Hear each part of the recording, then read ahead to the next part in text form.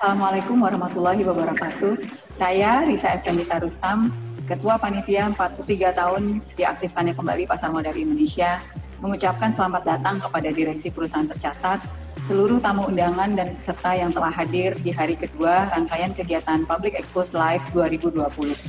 Di hari kedua ini akan ada 12 perusahaan tercatat yang akan memaparkan hal-hal yang terkini mengenai perusahaan mereka. Public Expose Live 2020 ini merupakan momen yang sangat tepat bagi para investor untuk mengetahui kondisi keuangan dan rencana perusahaan tercatat ke depannya. Semoga kemudahan mengakses informasi terkini oleh masyarakat luas mengenai kinerja perusahaan tercatat dapat semakin meningkatkan kepercayaan masyarakat terhadap investasi di pasar modal Indonesia yang pada akhirnya diharapkan dapat meningkatkan likuiditas pasar dan jumlah investor. Demikian kami sampaikan. Akhir kata, saya mengucapkan selamat mengikuti acara Public Expose Live 2020. Semoga dapat menjadi tambahan informasi untuk menentukan arah investasi Bapak Ibu para investor ke depannya. Terima kasih. Wassalamualaikum warahmatullahi wabarakatuh.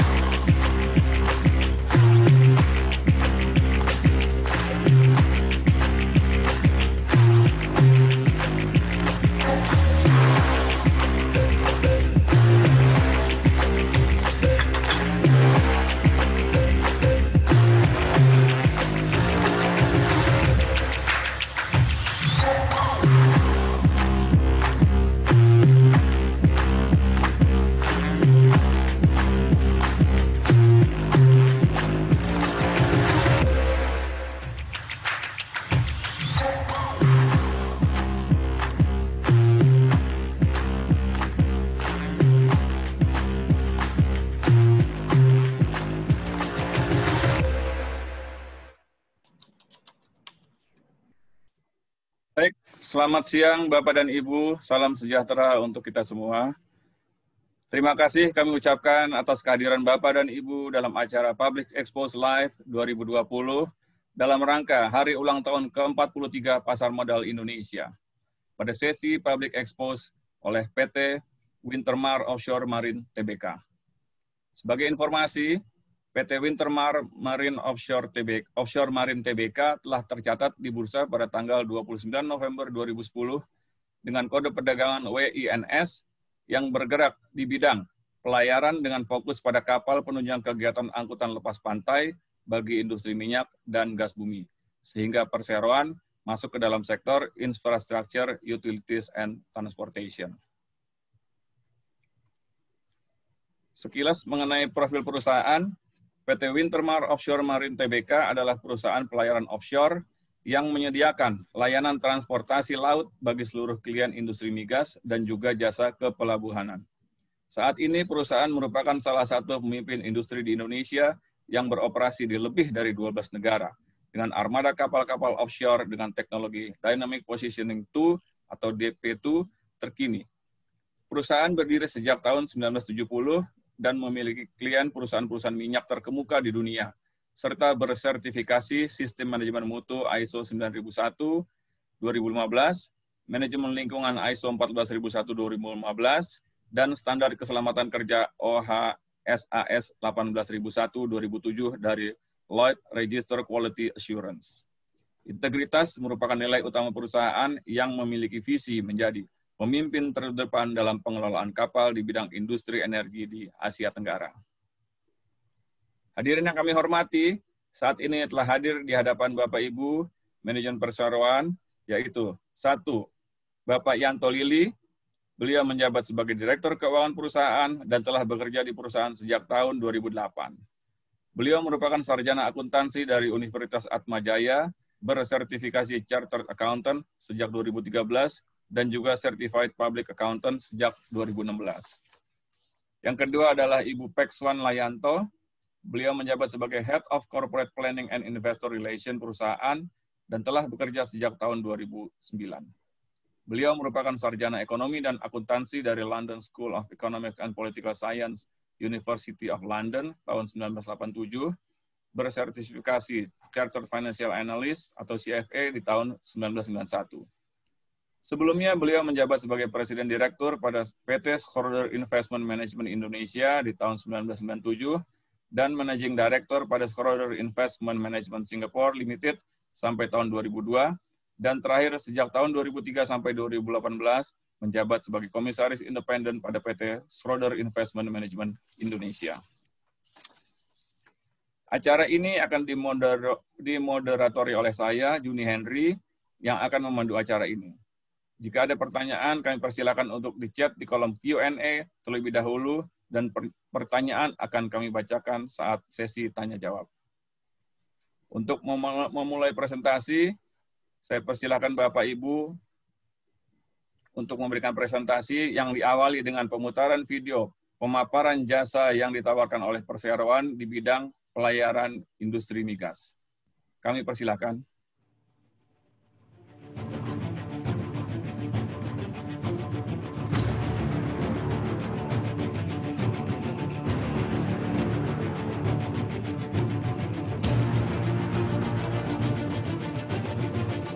Anchor handling.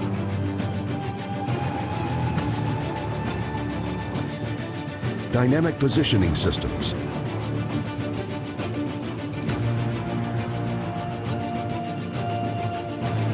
Advanced firefighting capabilities.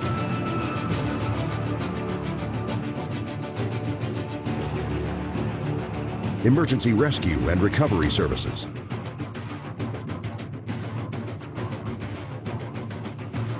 And azimuth stern drive propulsion.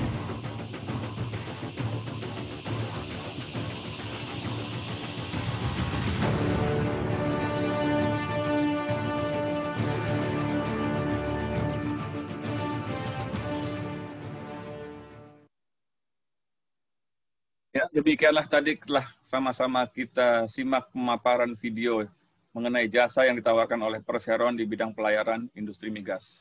Selanjutnya kami persilakan manajemen perseroan untuk memberikan paparannya. Kami persilakan.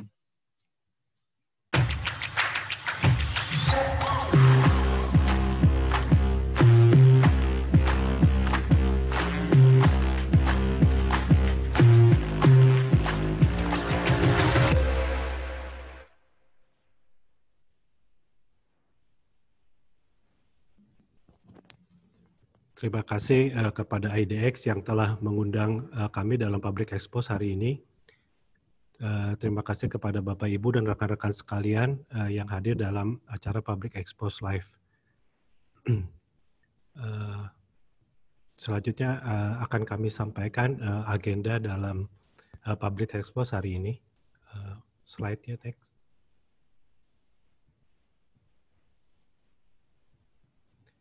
Ya, agenda hari ini kami akan membahas mengenai profil perusahaan, ringkasan dan prospek industri, komposisi armada, review performance keuangan, kesimpulan, dan terakhir sesi tanya jawab.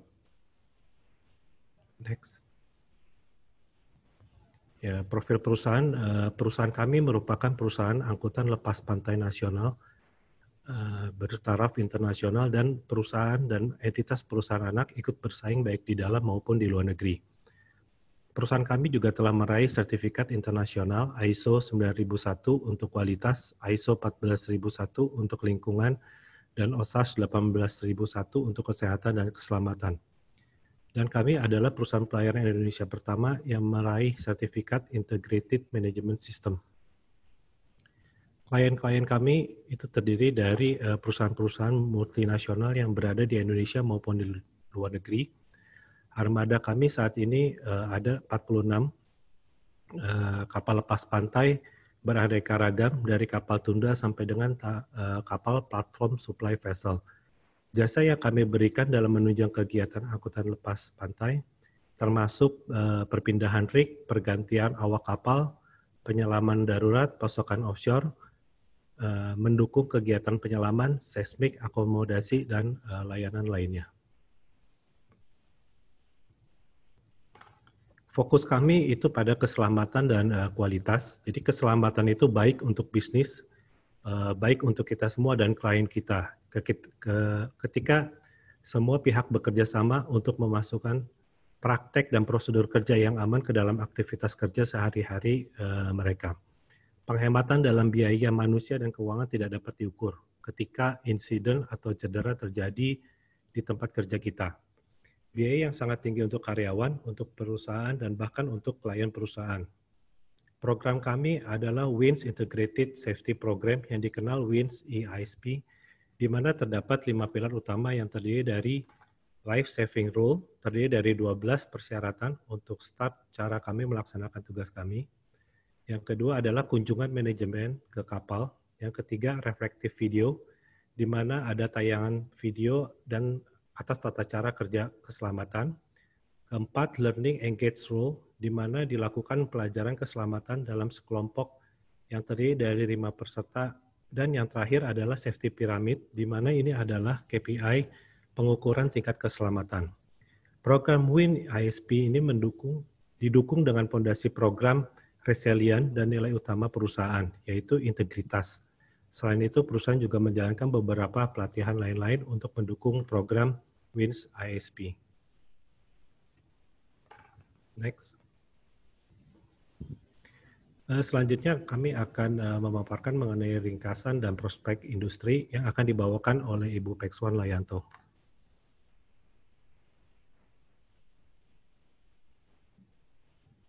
Next slide.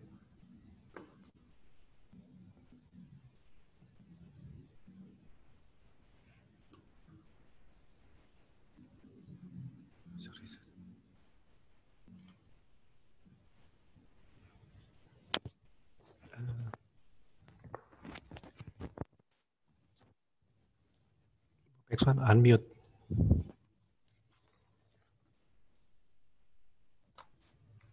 Oke, maaf. Terima kasih. Saya mulai dengan sedikit latar belakang mengenai industri minyak. Dan ini slide bisa lihat tahap hulu. Tahap hulu mulai dengan eksplorasi dan rig pengeboran untuk mengekstraksi minyak dari tanah atau dari laut. Jadi di sebelah kanan ini bisa lihat tahap hulu minyak tapi di laut. Jadi semua ini anyunan yang mengebor untuk ekstraksi minyak dan akan disimpan di FPSO. Dari sana kapal akan antar minyak mentah ke kilang. Dan kilang setelah itu minyak yang sudah diproses akan didistribusi ke beberapa industri untuk pengguna. Penggunanya paling besar adalah mobil dan truk untuk road traffic. Untuk pesawat juga ada tapi lebih sedikit. Next. Oke. Jadi untuk tahun 2020, selain dampak ekonomi dari pandemik COVID, ada juga oil shock yang terjadi, di mana harga minyak anjlok seperti di grafik di sebelah kiri. Bisa lihat di sebelah kiri, itu harga minyak turun di bawah 0. Jadi pada bulan April, ada juga harga minyak yang negatif. Negatifnya apa yang terjadi? Negatifnya maksud kalau orang beli minyak daripada bukan bayar minyak tapi dibayar untuk terima minyak. Karena ini salah satu tidak pernah terjadi selama ini dan ini oleh karena storage inventory sudah semua penuh. Kenapa ini bisa terjadi? Ini mulai dengan gagalnya kesepakatan OPEC di bulan Maret.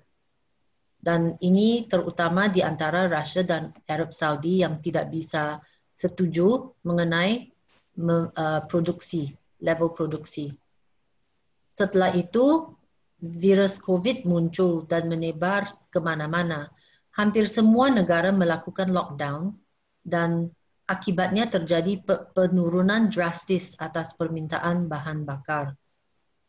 Ketidakseimbangan supply dan demand mendorong harga minyak sampai negatif.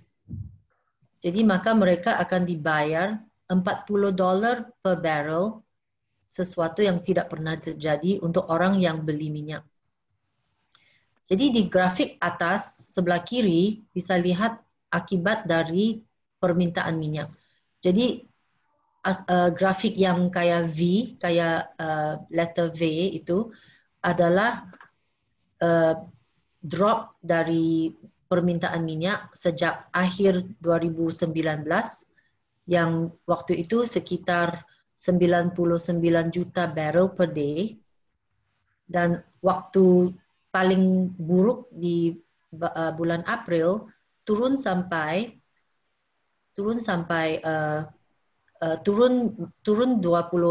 barrel per day. Jadi hampir 30% drop.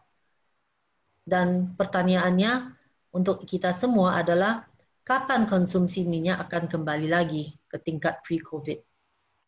Jadi ini dari research dari Rystad, salah satu perusahaan yang terkenal dari Norwegia, dan mereka mengasumsi bahwa kalau setelah April dari bulan Mei, sudah beberapa negara di mana-mana sudah membuka lagi, dan oleh karena itu permintaan minyak akan kembali.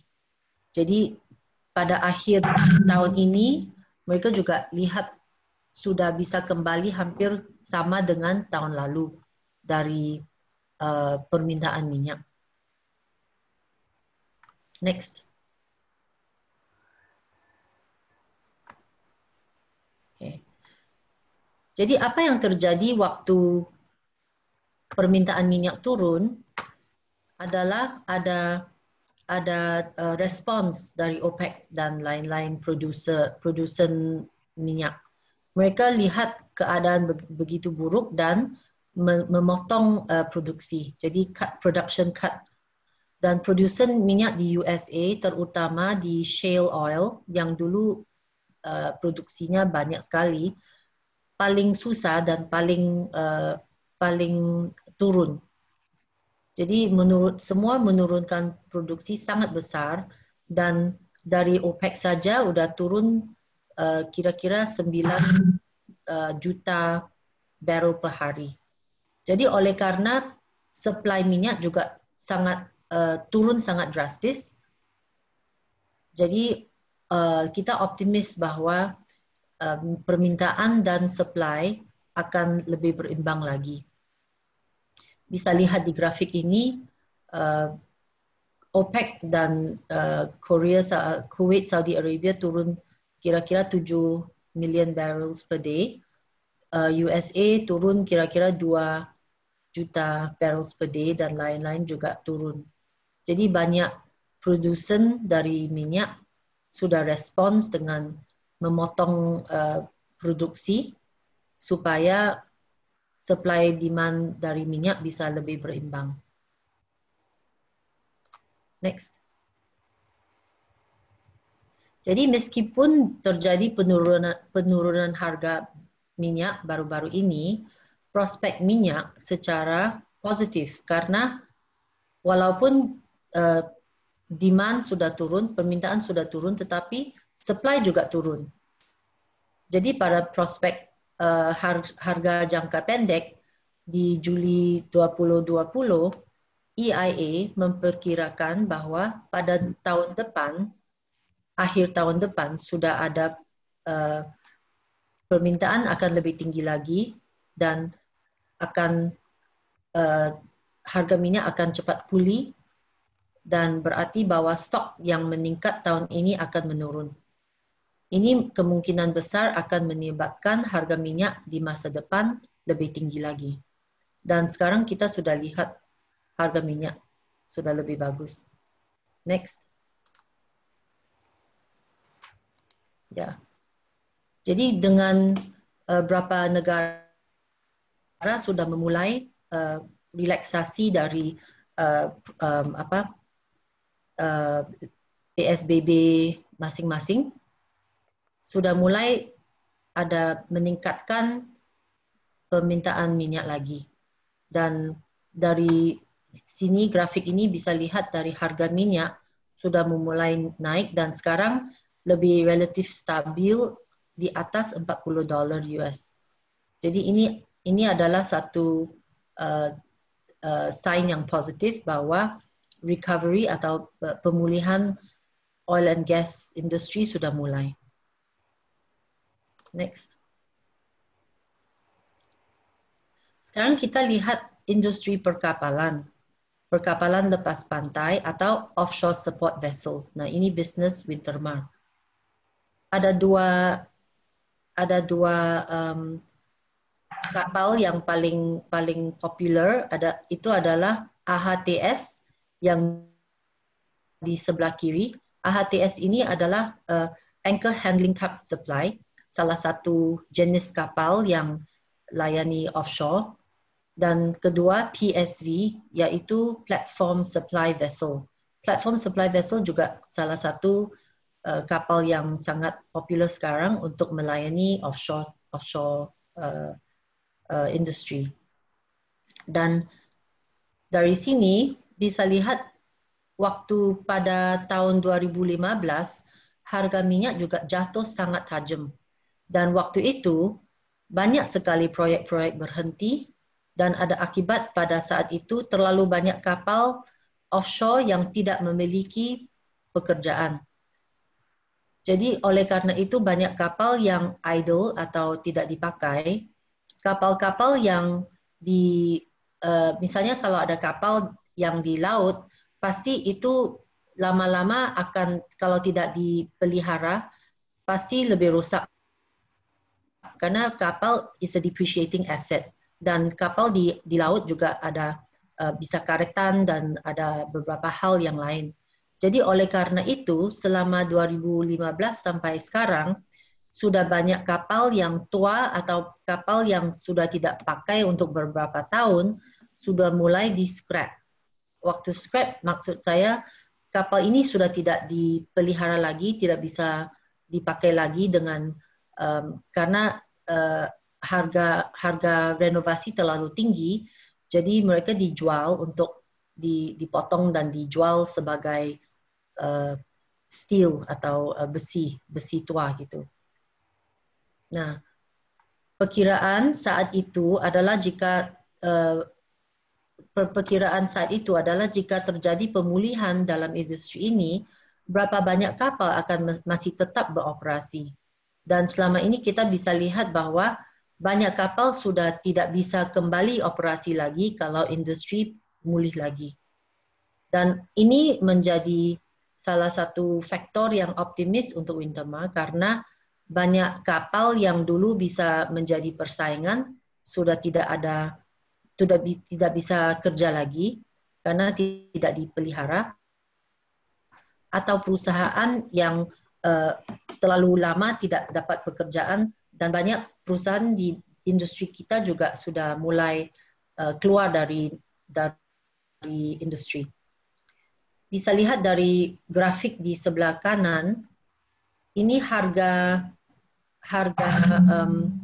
sewa, dan harga sewa waktu 2013-2014 waktu harga minyak masih sangat tinggi, bisa $25,000 per hari.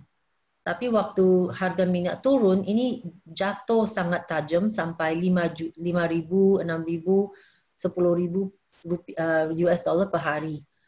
Tetapi oleh karena sudah ada balance atau sudah demand supply di kapal sudah berimbang, di dalam 2 tahun terakhir harga sewa sudah mulai naik lagi, yang bisa dilihat di chart ini. di dalam beberapa jenis kapal. Okay, next. Okay.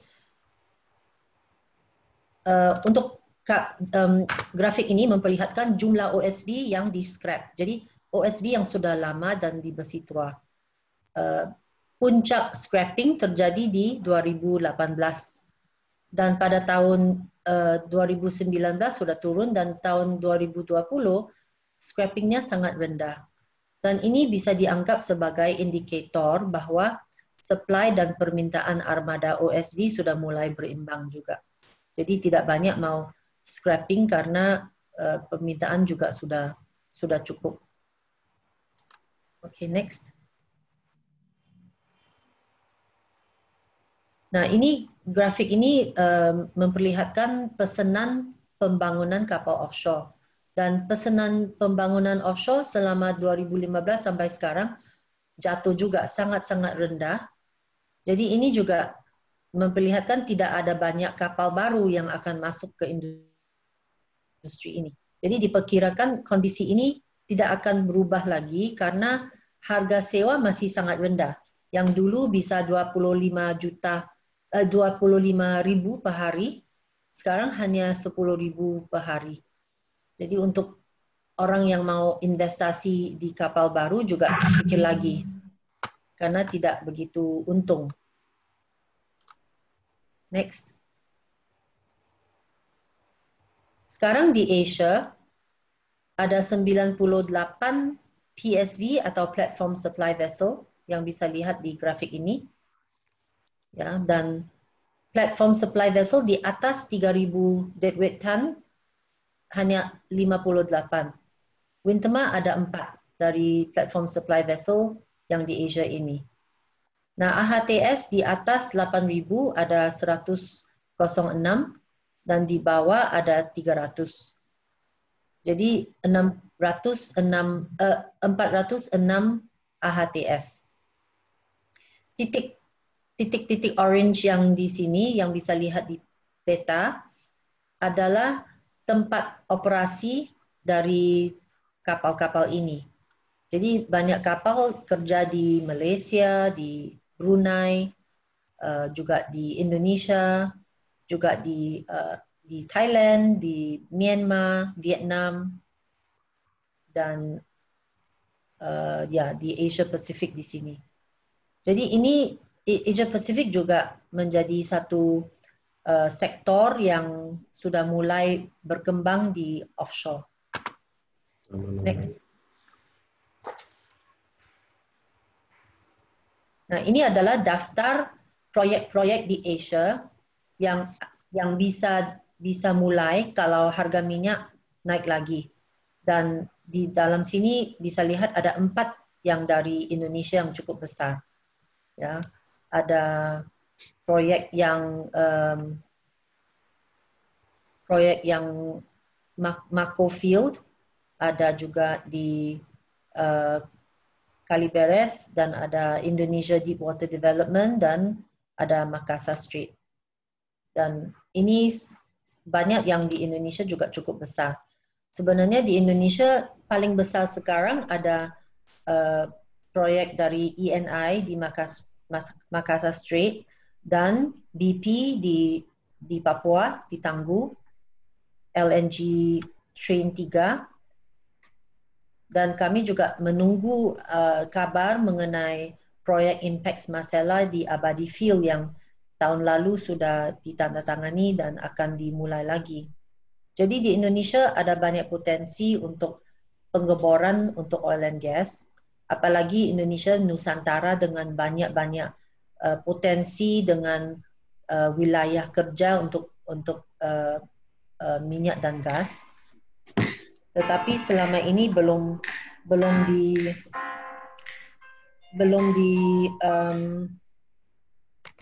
dimulai karena harga minyak belum optimal. Next. Oke, jadi sebagai kesimpulan, ya, harga terendah minyak sudah terjadi pada April dan sudah memulihkan lagi dengan mulainya membuka lockdown di mancanegara. Kedua, permintaan minyak yang jatuh waktu itu sebesar 28 juta barrel per day diperkirakan akan kembali pada akhir tahun ini. Dari sisi supply, yang terpuruk adalah produsen shale oil di Amerika yang telah banyak yang sudah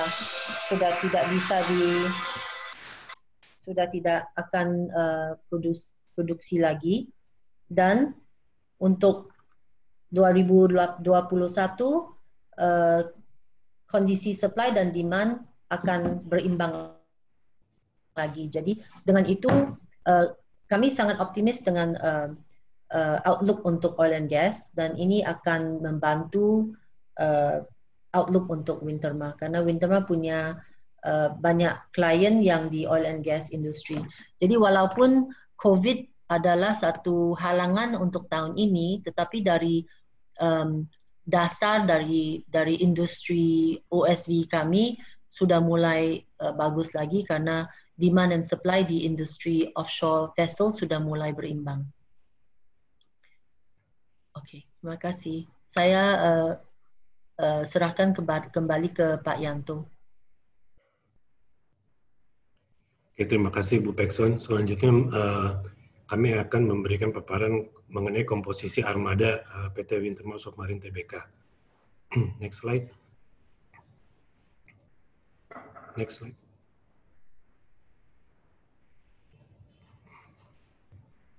Bukan, next slide.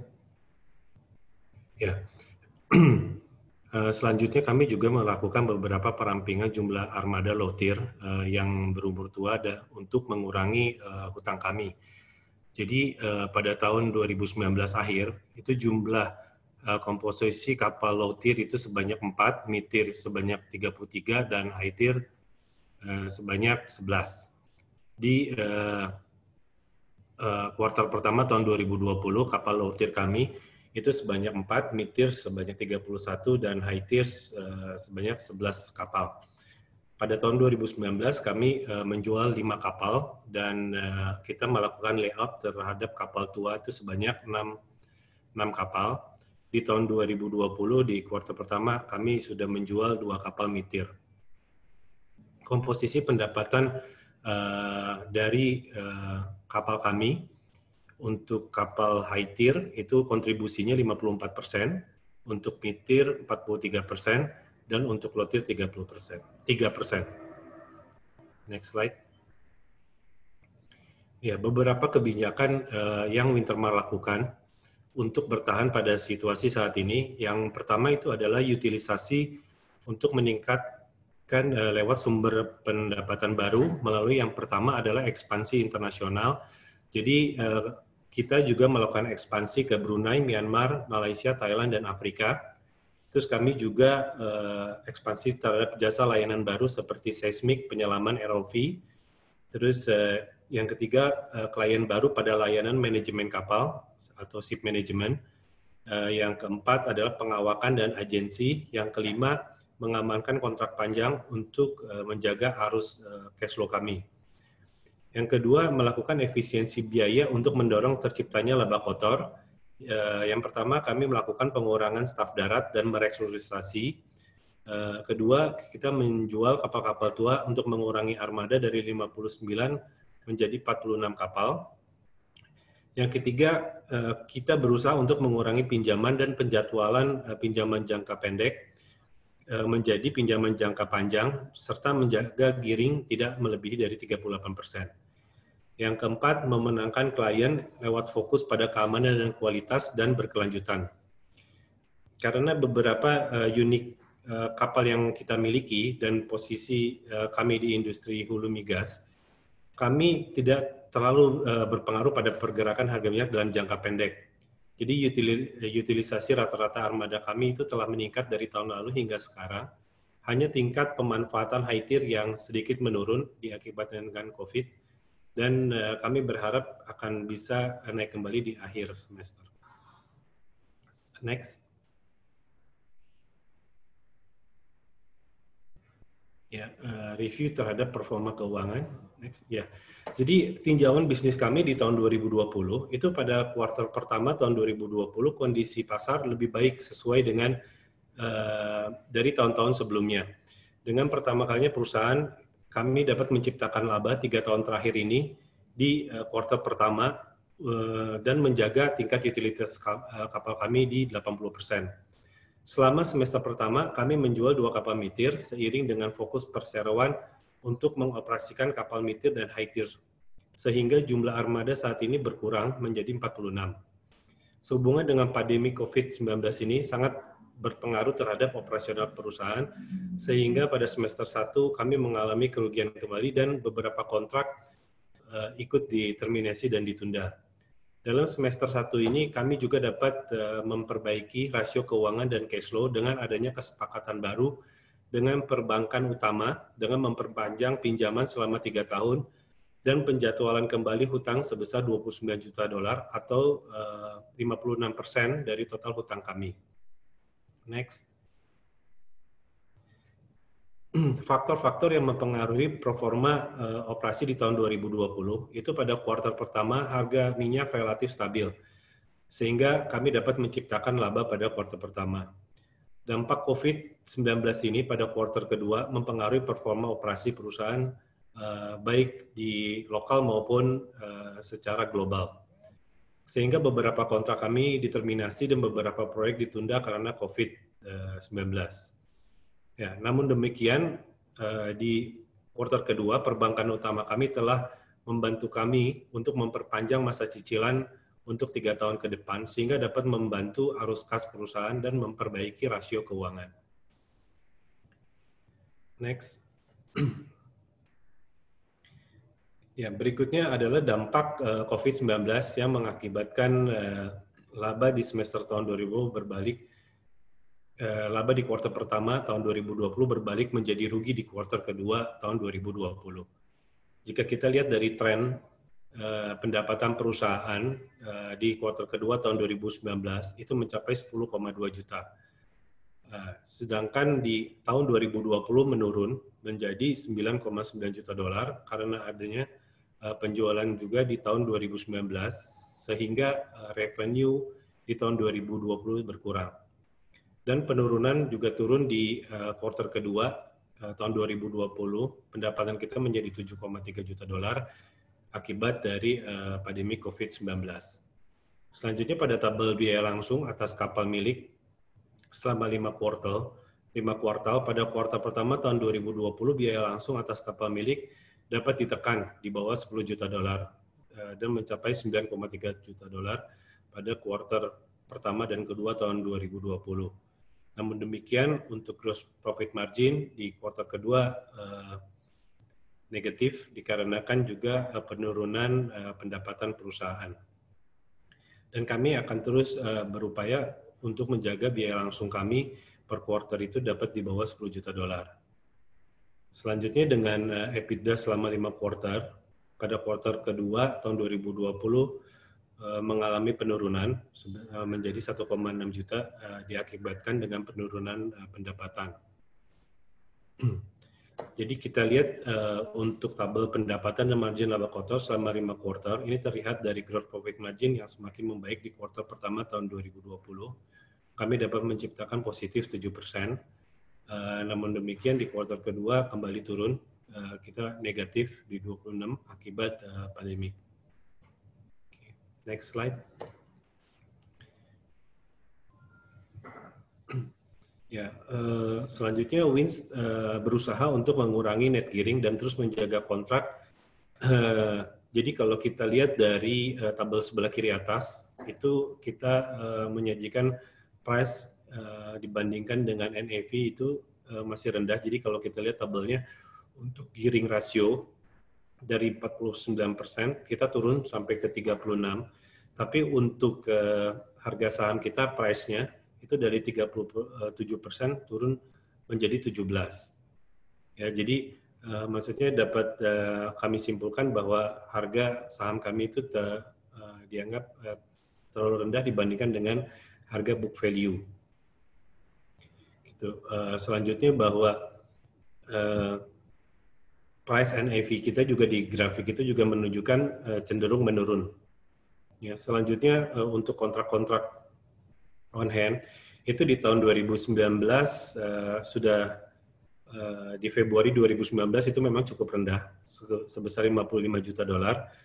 Nah, tapi di akhir tahun 2019 kita sudah meningkat kontrak on hand kita 76 dan di tahun 2020 kontrak on hand kita menjadi 72 juta. Ya, kami berusaha bahwa untuk kontrak on hand ini dapat kami jaga di atas 70 juta dolar.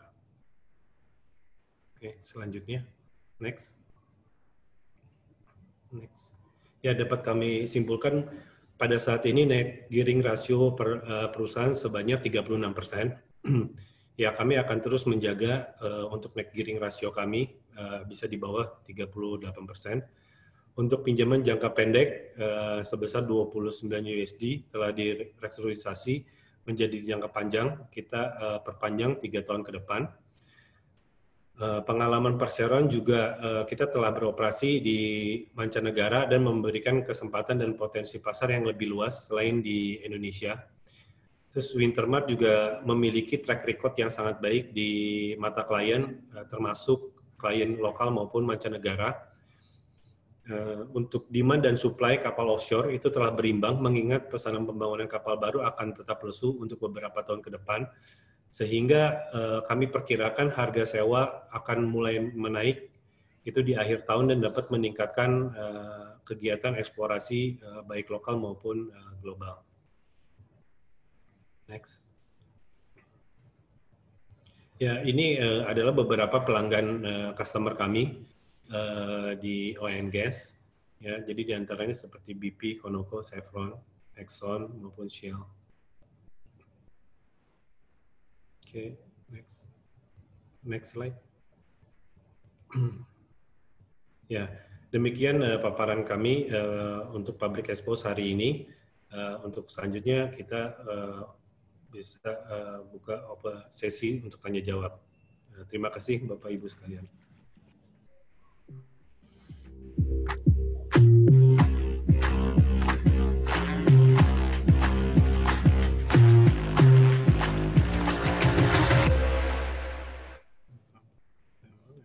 Baik Bapak dan Ibu sekalian, tibalah kita pada sesi tanya jawab.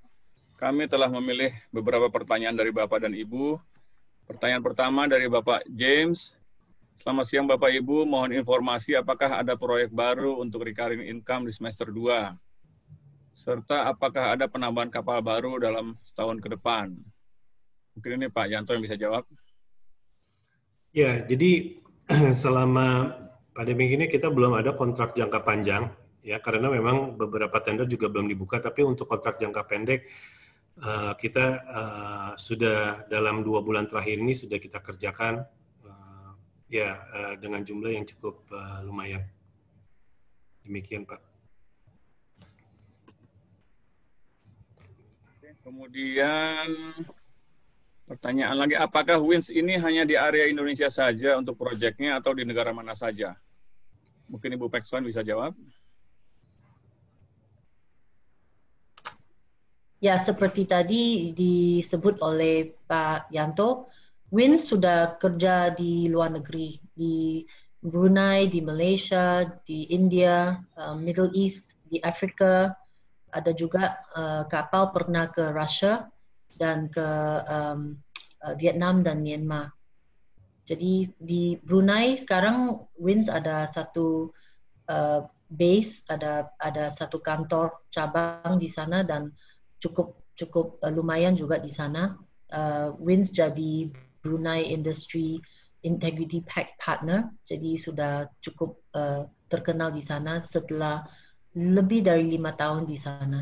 Jadi tidak hanya di Indonesia lagi. Tadi juga James ada satu pertanyaan, apakah ada penambahan kapal baru dalam setahun ke depan ya?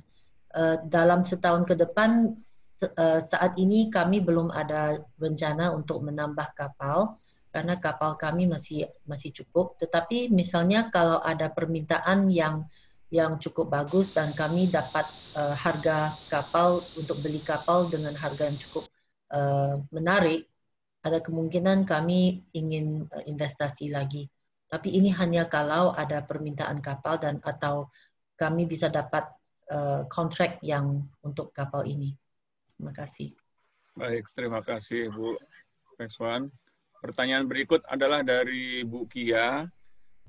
Ada 3 pertanyaan ini. Di tengah pandemi, apakah terdapat PHK terhadap karyawan WINS? Yang kedua, menurut perseroan, kapan estimasi industri pulih seperti semula? Yang ketiga, strength dan opportunity WINS dalam menyongsong 2021. Silakan mungkin Bu Pexwan bisa menjawab. Ya, makasih. Jadi di tengah pandemi selama COVID, kami hanya PHK 1 orang. Dan setelah itu tidak ada PHK, tetapi orang yang mau mengundurkan diri, kami tidak replace, jadi tidak hire lagi. Dan juga ada penurunan gaji sukarela dari semua staf dan manajemen selama sejak bulan Juli. Jadi itu sangat bantu. Untuk kru yang sudah selesai kontrak, kami juga tidak perpanjang lagi, ada beberapa kru. Jadi awak kapal Winterma yang sudah selesai kontrak. Jadi untuk kapan estimasi industri pulih, sebenarnya tahun ini sudah mulai bagus. Di kuartal pertama tahun 2020, Winterma dapat hasil yang positif, jadi dapat laba pertama kali, ada laba selama 3 tahun ini.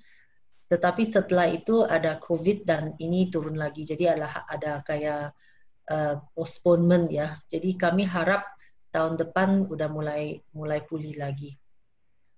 Strength and opportunity Winterma, sebenarnya kalau tadi lihat grafik ya, selama bukan hanya COVID saja, tetapi oil and gas sudah ada periode yang sangat buruk sejak 2015. Dan selama ini ada banyak perusahaan yang gearingnya sangat tinggi. Jadi pinjamannya lebih dari 100% dari ekuitas. Dan banyak perusahaan tidak tahan dan tidak bisa lanjut. Selama ini Winterma bisa bayar pinjaman dan malah menurunkan pinjaman. Jadi gearing ratio Winterma diturun sampai sekarang hanya 38%. Jadi financially Winterma sudah lebih kuat. Cash flow juga cukup baik karena sekarang ada restrukturisasi atau rescheduling penjadwalan pinjaman.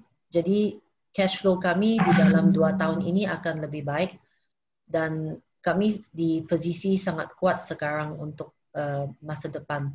Dan oleh karena itu, karena Winterma masih tahan, masih survive walaupun kondisi buruk selama 5 tahun ini, kami sudah menjadi nomor 7 di peringkat nomor 7 di Asia, yang tadi ada satu chart dari Clarkson dengan kapal 17 kapal yang besar. Dan ini salah satu bukti bahwa Winterma sudah cukup apa yang dilakukan oleh manajemen cukup bagus untuk menahankan selama industri yang sangat jelek ini. Terima kasih. Terima kasih Bu Pexwan. Pertanyaan berikutnya dari Pak Carlo. Sebelumnya saya appreciate WINS dengan good corporate governance-nya. Pertanyaannya adalah tahun ini apakah sudah bisa expect untuk untung? Silakan Pak Yanto atau Bu Pexwan mungkin. Oke. Ya. Ya Pak Yanto aja. Iya. Untuk tahun ini kita memang masih belum bisa menghasilkan laba ya akibat dengan COVID-19 ini. Juga kita tahu bahwa pengaruhnya ini tidak hanya untuk lokal tapi juga secara global. Jadi sehingga kuartal kedua juga kami mengalami kerugian kembali. Ya, cuman kami harapkan di akhir tahun harga charter bisa meningkat dan juga pulihnya juga production dari oil. Nah, demikian jawaban kami, Pak. Oke, terima kasih Pak Yanto. Pertanyaan berikutnya dari Pak Felix Yonatan. apakah energi terbarukan yang dikembangkan pemerintah, dalam hal ini biodiesel, mempunyai dampak terhadap harga minyak? Apa tanggapan WINS dalam hal ini?